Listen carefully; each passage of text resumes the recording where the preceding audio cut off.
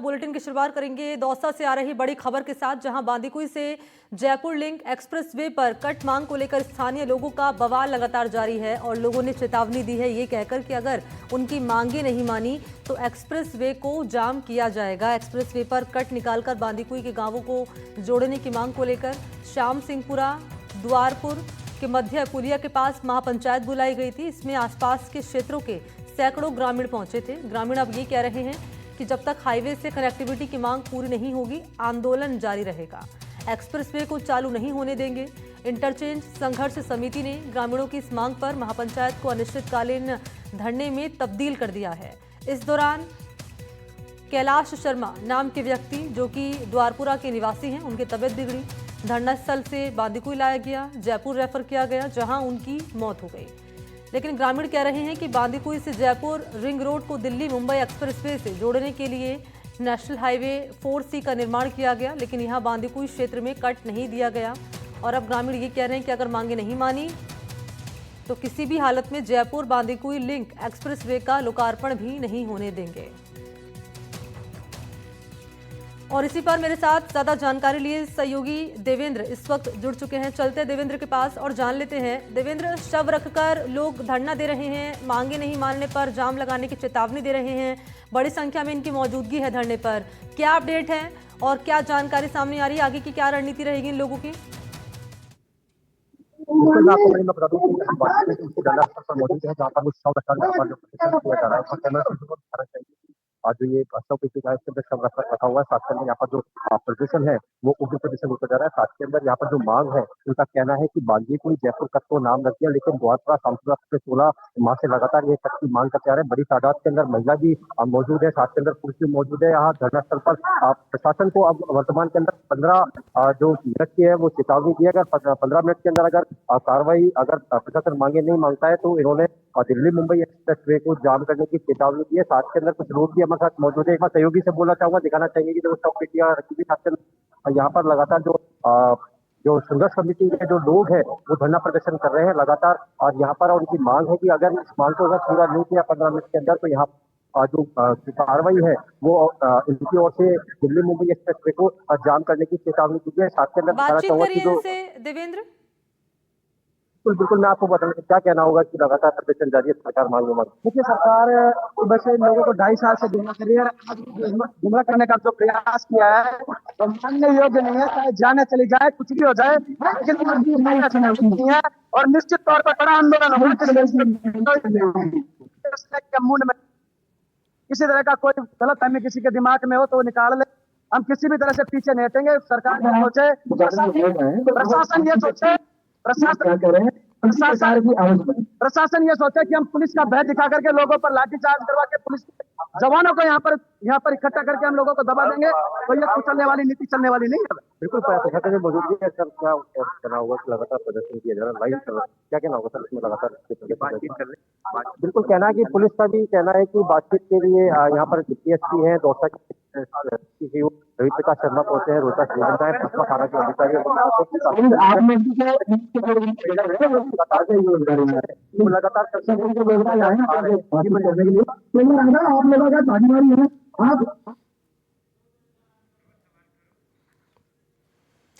आगे क्या इनकी रणनीति रहने वाली है देवेंद्र, जरा इनसे जानिए। अगर इनकी मांग पूरी नहीं होती है, जो कट की मांग कर रहे हैं, फिलहाल जो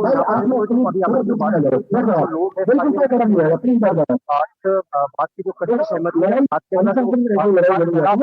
जो अटैक से मौत हुई है, जो चल रहा है, अगर उनकी सरकारी नौकरी की डिमांड रखी है, अगर वो पूरी नहीं करते हैं तो दिल्ली मुंबई हाईवे को जो जाम करने की चेतावनी दी है। जी स्पष्ट तौर पर समझ नहीं आ रही है, लेकिन फिर भी कुल मिलाकर यही है जो समझ में आया, वो ये कि रणनीति इनकी ये रहेगी कि मांग अगर पूरी नहीं होगी तो ये लोकार्पण नहीं होने देंगे। इन तमाम लोगों का कहना है जो कि धरने पर बैठे हुए प्रदर्शन कर रहे हैं। शुक्रिया आपका देवेंद्र तमाम जानकारी के लिए। और आगे बढ़ेंगे, बात करेंगे जयपुर से आ रही बड़ी खबर का। RAS मेंस परीक्षा को लेकर प्रदर्शन का पूरा मामला। और अपडेट यह है कि भूख हड़ताल पर अभ्यर्थी जो बैठे हुए हैं उनकी तबीयत बिगड़ी है। 7 अभ्यर्थी भूख हड़ताल कर रहे हैं। आज हड़ताल का चौथा दिन है और इन अभ्यर्थियों ने परीक्षा बहिष्कार की चेतावनी दी है। सैकड़ों की संख्या में ये जुटे हुए हैं। राजस्थान लोक सेवा आयोग की ओर से आयोजित होने वाली आरएएस मुख्य परीक्षा 2024 की तारीख स्थगन करने की मांग को लेकर अभ्यर्थियों का अनशन अब गंभीर मोड़ पर पहुंच चुका है। जयपुर स्थित राजस्थान विश्वविद्यालय परिसर में चल रहे इस शांतिपूर्ण आंदोलन में 2 महिला अभ्यर्थियों की तबीयत बिगड़ी, तेज बुखार और अत्यधिक कमजोरी के लक्षण मिले हैं।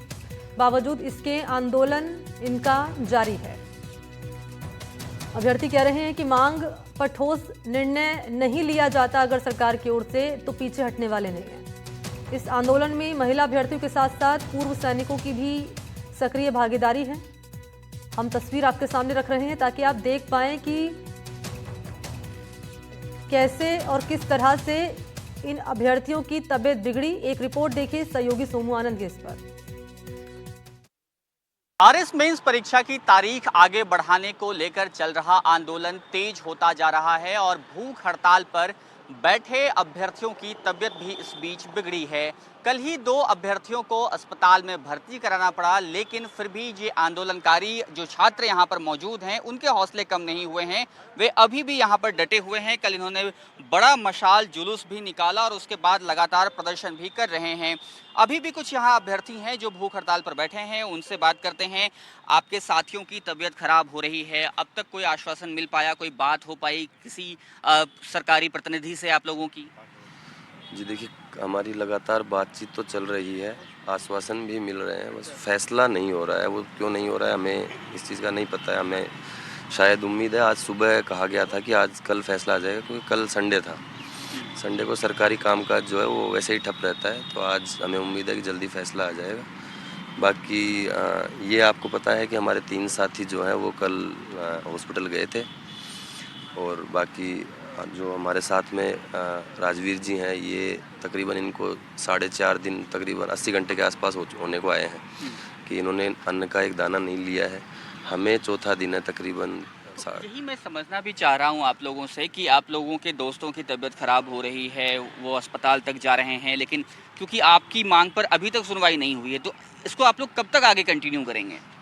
देखिए, हमारा धरना अनिश्चितकालीन है। जब तक हमारी मांगें नहीं पूरी होती, हम अपना जो भूख हड़ताल है उसको जारी रखेंगे। लेकिन इसके साथ साथ मांग जो है वो आरपीएससी में रिफॉर्म्स को लेकर के भी होती है। आप लोग पिछले साल भी आंदोलन पर थे, इस साल फिर से तस्वीर वैसी की वैसी है, मेंस परीक्षा को पोस्टपोन करने की। हर बार आप लोगों को इस तरह के आंदोलन करने की नौबत क्यों आती है? देखिए, कभी ना कभी साल बदलते हैं, विषय बदलते हैं, लेकिन अगर आप 2012 से देखेंगे, लगातार मुख्य परीक्षा से पहले कोई ना कोई आंदोलन होता आया है। तो सरकार को या संस्था को इस बारे में चर्चा नहीं करनी चाहिए, इस बारे में मंथन चिंतन नहीं करना चाहिए। ऐसी क्या कमियां रह रही हैं, क्या लूप होल्स हैं पूरी व्यवस्था के अंदर कि हर बार छात्र को अपनी पढ़ाई छोड़ करके सड़क पर बैठना पड़ता है।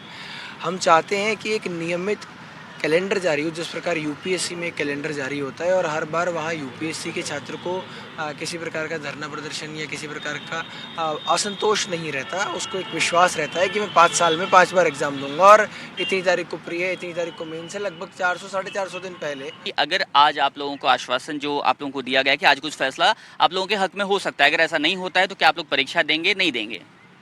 हम जब तक हमें ये पूरी उम्मीद है कि जो सरकार से हमने वाजिब मांगे रखी है और उस पे हमें विश्वास है कि हमारा जो आंदोलन चल रहा है वो एक प्रखरता से चल रहा है, और ये आंदोलन, आपको उम्मीद है कि आपको आज सफलता मिल जाएगी? बेशक हमें पूरी उम्मीद है कि उम्मीद है। और ये तस्वीरें यहाँ पर जो हैं अलग अलग विधायकों ने खास तौर पे जो चिट्ठी लिखी है उसको फ्लेक्स के रूप में इन्होंने प्रिंट आउट करा करके रखा है।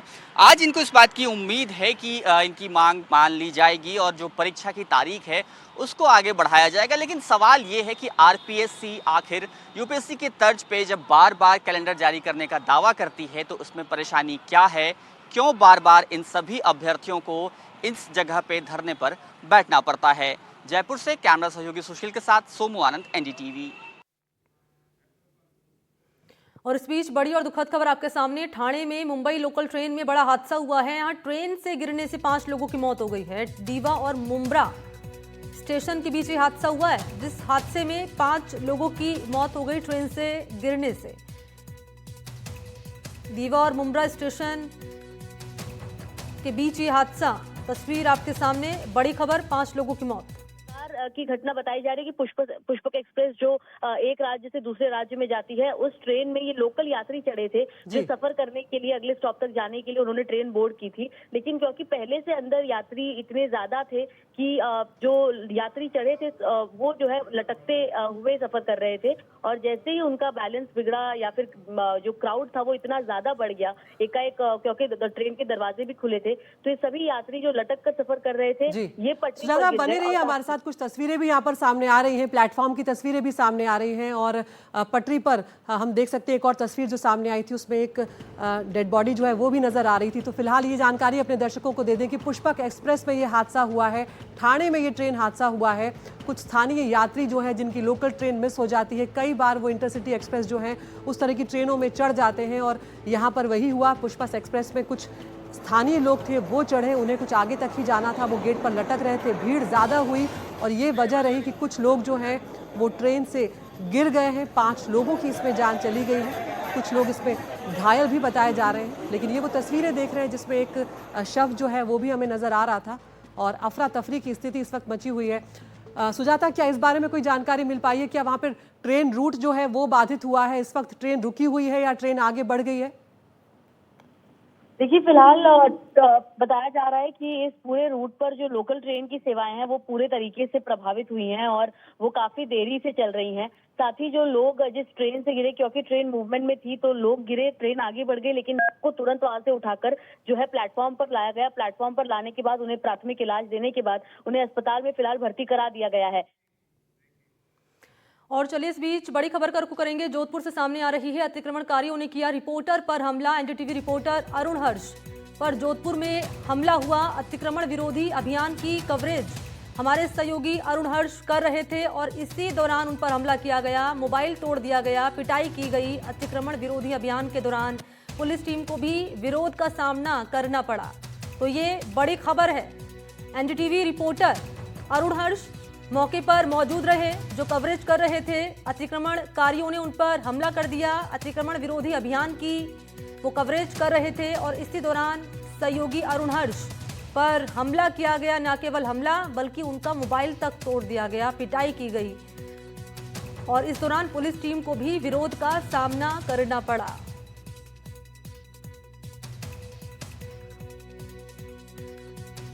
तो ये बड़ी खबर आपके सामने रख रहे हैं। अतिक्रमणकारियों ने रिपोर्टर पर हमला कर दिया। अतिक्रमण विरोधी अभियान की कवरेज एनडीटीवी रिपोर्टर अरुण हर्ष कर रहे थे और इस दौरान हुआ ये कि उन पर हमला कर दिया गया। हालांकि ये पहली बार नहीं है जब हमले की खबर सामने आई है, इससे पहले भी जब पुलिस की टीम पहुंची है, हमला पुलिस की टीम पर किया गया और अब रिपोर्टर को निशाना बनाया गया। एनडीटीवी रिपोर्टर अरुण हर्ष जिस पर हमला किया गया, मोबाइल तोड़ डाला गया और पुलिस टीम को भी विरोध का सामना करना पड़ा। रेजिडेंट एडिटर हर्षा कुमारी सिंह इस वक्त हमारे साथ जुड़ चुकी हैं। हर्षा जी, क्या है पूरी खबर? देखिए, अभी सुबह हमने अरुण हर्ष से बात करी थी और उसने कहा था कि वो वहां पर जो जोधपुर में कार्रवाई हो रही है, एंटी इंक्रोचमेंट ड्राइव हो रहा है, उसको वो कवर करने जा रहे हैं।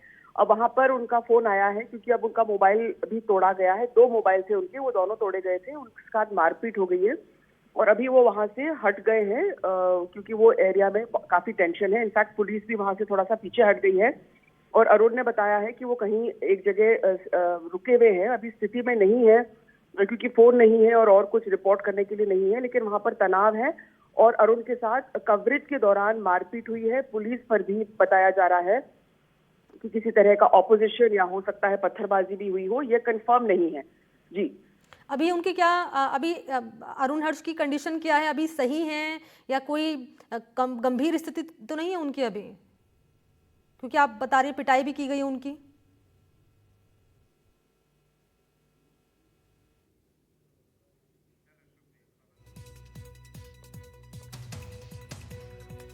तो ये बड़ी खबर है।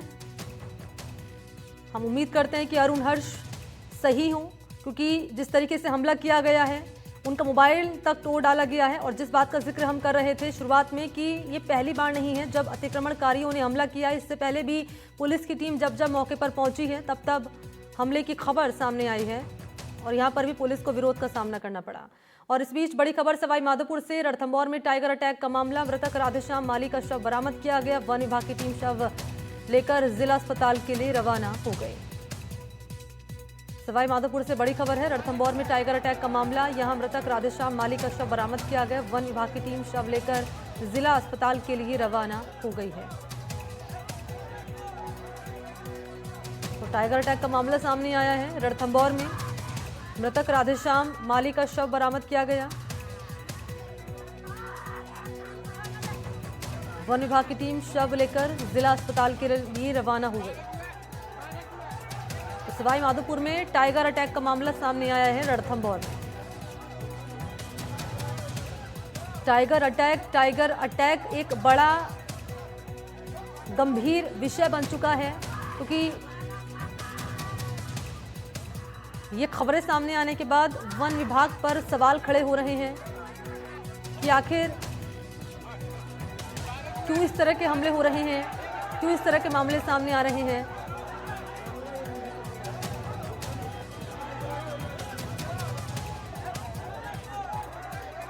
और आप देखिए लोगों का गुस्सा यहाँ पर सामने आया है। लोग बड़ी संख्या में जुटे हैं मौके पर, और ये महिलाएं जिनका रो रो कर बुरा हाल है।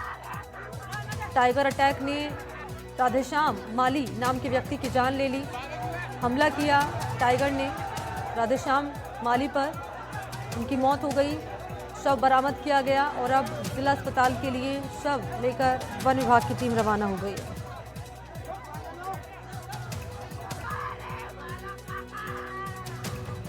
सहयोगी बजरंग इस वक्त मेरे साथ फोन लाइन पर मौजूद हैं। बजरंग, पूरी जानकारी दीजिए। जी बिल्कुल, रणथंभौर में आज एक बार फिर बड़ी घटना सामने आई है, जहां एक टाइगर के हमले में 60 वर्षीय खिलचीपुर निवासी राधेश्याम की मौत हो गई है। बताया जा रहा है कि लगभग 20 सालों से राधेश्याम जो है वो रणथंभौर के दुर्ग में जो जैन मंदिर है वहां सेवा का काम करता था और वो वहीं रहता था। ऐसे में आज सुबह टाइगर के हमले में उसकी मौत हो गई। जैसे ही ग्रामीणों को इसके बारे में जानकारी मिली, बड़ी संख्या में ग्रामीण और उसके परिजन यहाँ गणेश धाम पहुंचे और रणथंभौर का जो मुख्य प्रवेश द्वार है यहाँ धरने पर बैठ गए। वहीं वन विभाग का अमला भी मौके के लिए दौड़ा और कड़ी मशक्कत के बाद में राधेश्याम के शव को ढूंढ लिया गया है और जो वन विभाग की टीम है वो शव को लेकर के जिला अस्पताल के लिए रवाना हो गई है।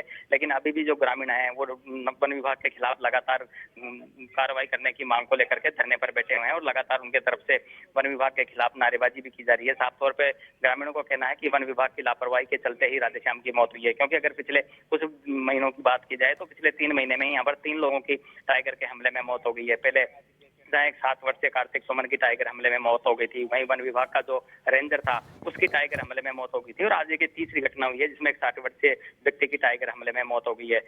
ग्रामीणों का आरोप है कि जो वन विभाग के अधिकारी है, जो कर्मचारी है, उनका जो सारा ध्यान है वो पर्यटन पर रहता है और बाघों की मॉनिटरिंग पर वन विभाग के अधिकारियों का ध्यान नहीं रहता है, जिसकी वजह से आए दिन इस तरह की घटनाएं हो रही है। रणथंभौर दुर्ग और रणथंभौर का जो त्रिनेत्र गणेश मार्ग है, यहाँ तकरीबन 15 से ज्यादा ऐसे बाघ है जिनका लगातार मूवमेंट बना हुआ है और विगत अगर 2-3 दिनों की बात की जाए तो रणथंभौर दुर्ग में बाघिन रिद्धि, बाघिन एरोहेड अपने शावकों के साथ लगातार विचरण कर रही है। तो कहीं न कहीं इन दोनों बाघिनों और इनके शावकों में से ही किसी एक टाइगर ने इस राधेश्याम पर हमला किया है, उसे मौत के घाट उतार दिया है। फिलहाल ग्रामीण यहाँ धरने पर बैठे हुए हैं और वन विभाग की टीम राधेश्याम के शव को लेकर के अस्पताल के लिए रवाना हो गई है। जी ठीक है, शुक्रिया आपका बजरंग सिंह तमाम जानकारी के लिए। और सवाई माधोपुर के बाद रुख करेंगे डीग से आ रही बड़ी खबर का। जमीन विवाद को लेकर 2 पक्षों में खूनी संघर्ष हो गया। घटना में एक व्यक्ति की मौत हो गई और कई हुए हैं घायल। पुलिस इस मामले की जांच कर रही है। नगर विधानसभा के गांव जयश्री की ये घटना सामने आई है। तो जमीन विवाद से जुड़ा पूरा मामला और इसी विवाद को लेकर 2 पक्ष आमने सामने आए। खूनी संघर्ष यहां हुआ और इस घटना में एक व्यक्ति की मौत हो गई, कई लोग घायल हुए हैं। पुलिस मामले की जांच कर रही है। नगर विधानसभा के गांव जयश्री की ये घटना बताई जा रही है।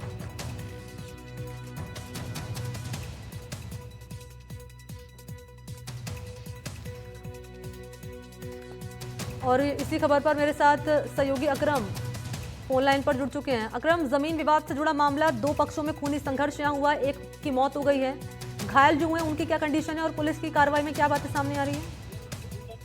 जी, मनी ये दीप जलेगा जय श्री राम का ये मामला है, जहां एक ही परिवार के दो पक्ष होते हैं जो आमने सामने हो जाते हैं और खूनी संघर्ष में तब्दील हो जाता है, जहां पर अमर सिंह नाम के जो व्यक्ति है उसकी मौके पर मौत हो जाती है। साथ में जो अन्य आधा दर्जन लोग वो भी घायल हो जाते हैं, जहां उनका अस्पताल में उपचार अभी जारी है। जहां मौके पर सीकरी पुलिस जाकर मोटर संभालती है और शांति गांव में करती है। साथ में जो अमर सिंह मृतक है उसका पोस्टमार्टम कराकर अब परिजनों को सबको सुपुर्द किया जा रहा है। और साथ में पुलिस है जो आरोपी हैं, सामने वाले शख्स हैं जिन्होंने अमर सिंह की मौत से घाट उतारा है, उनकी तलाश जारी कर रही है। और साथ में अभी तक किसी को डिटेन नहीं किया गया। मुकदमा दर्ज होने के बाद ही जितने भी इसमें आरोपी है उनको जल्द ही गिरफ्तार कर सलाखों के पीछे डाला जाएगा। जी मनी। शुक्रिया आपका करमदीन खान तमाम डिटेल्स के लिए। और इस बीच उदयपुर का रुख करेंगे। देह व्यापार के बड़े रैकेट का पर्दाफाश हुआ है। 15 युवक 14 युवतियां रंगे हाथों गिरफ्तार कर ली गई हैं। इवेंट के नाम पर देह व्यापार चल रहा था। सुखेड़ थाना इलाके के स्वर्णगढ़ रिजॉर्ट की घटना है ये, जहां पैसों के बदले अनैतिक गतिविधियां चल रही थी। और क्योंकि इस मामले का पर्दाफाश हो चुका है, गिरफ्तारी हुई है कई लोगों की, जिसमें 15 युवक हैं, 14 युवतियां हैं। इनसे पूछताछ अब पुलिस लगातार कर रही है। पुलिस अधीक्षक के निर्देशन में चल रहे अनैतिक गतिविधियों के खिलाफ अभियान के तहत सुखेड़ थाना पुलिस की ये कार्रवाई। पुलिस ने एक नकली ग्राहक बनाकर मौके पर भेजा, सूचना की पुष्टि की। सूचना सही पाए जाने पर पुलिस ने रिजॉर्ट संचालक हर्षवर्धन शाह और सहयोगी महिला नरगिस के खिलाफ एक्शन लिया है। दोनों पर आरोप ये कि बाहर से लड़कियां बुलाकर पैसों के बदले अनैतिक गतिविधियां यहां करा रहे थे।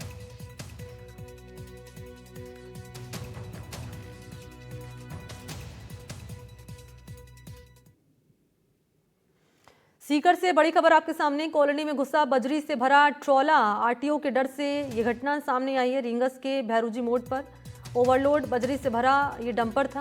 हालांकि हादसे में कोई जनहानि नहीं हुई।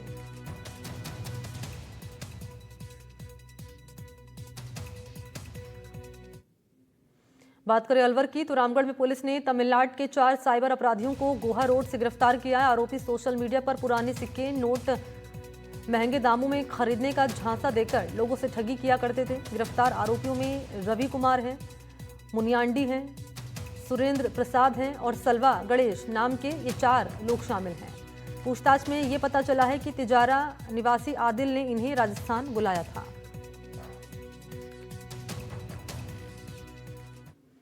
जयपुर के कालवाड़ थाना क्षेत्र में 10 महीने पहले पति के सुसाइड मामले में पुलिस ने किया है बड़ा खुलासा। मामले में पत्नी का प्रेमी के साथ मिलकर टॉर्चर करने का मामला सामने आया है। पत्नी और उसके प्रेमी के टॉर्चर किए जाने से तंग आकर युवक ने जहर खाकर जान दे दी। अब पुलिस ने इस मामले में पत्नी और उसके प्रेमी की गिरफ्तारी कर ली है। पुलिस के मुताबिक मां वैष्णो देवी कॉलोनी निवासी प्रकाश शर्मा ने 13 अगस्त 2024 को आत्महत्या की थी। जांच में सामने आया कि उसकी पत्नी और राकेश सैनी नामक युवक के बीच प्रेम संबंध थे। शादी के समय कुछ समय बाद ही चंचल ने पति से दूरी बनाकर प्रेमी के साथ मिलकर उसे मानसिक रूप से और शारीरिक रूप से प्रताड़ित करना शुरू कर दिया।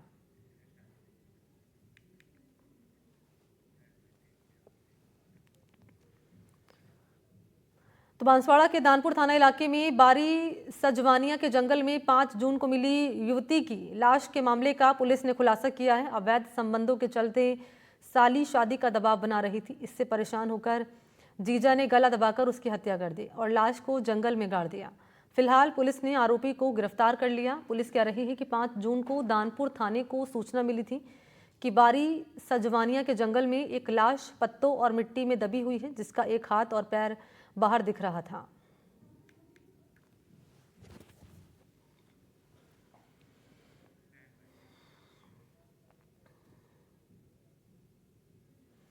तो बांसवाड़ा के भुंगड़ा थाना क्षेत्र के चीप गांव में एक दर्दनाक हादसा हुआ। पानी से भरी क्रेशर गिट्टी की खदान में डूबने से एक बच्चे की मौत हो गई। हादसे के बाद गांव में शोक की लहर फैल गई। जानकारी ये है कि मासूम दरअसल रविवार यानी कि कल एक गिट्टी की खदान में खेलते खेलते पानी में डूब गया। खदान में बीते दिनों हुई बारिश और क्रेशर गतिविधियों के कारण काफ़ी पानी भर गया था। डूबने के बाद परिजन तुरंत बच्चे को पानी से बाहर निकालकर निजी अस्पताल से दोपहर बाद एमजी अस्पताल लेकर पहुंचे, जहां डॉक्टर ने उसे मृत घोषित कर दिया।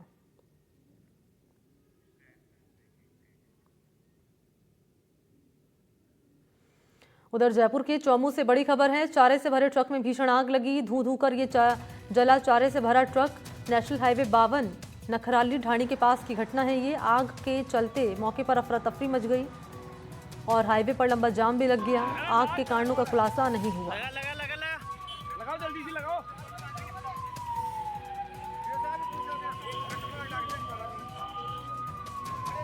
जोड़ जोड़ जोड़ जोड़।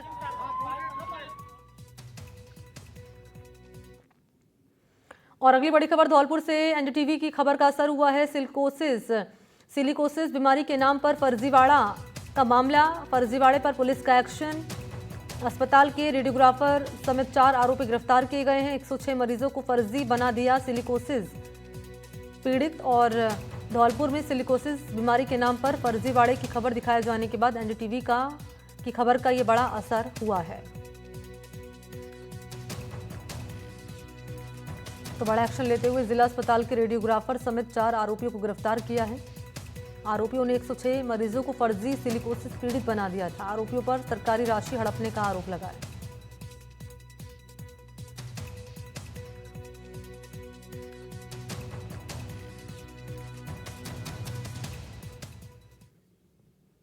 और बूंदी से बड़ी खबर है। पैंथर ने बकरियों का शिकार किया। बाड़े में बंधी 4 बकरियों का शिकार किया गया। वन विभाग के अधिकारियों को सूचना दी गई। हमले के बाद दहशत में आए मोहल्लेवासी। लाखेरी क्षेत्र के नाइयों के मोहल्ले की घटना ये सामने आई है।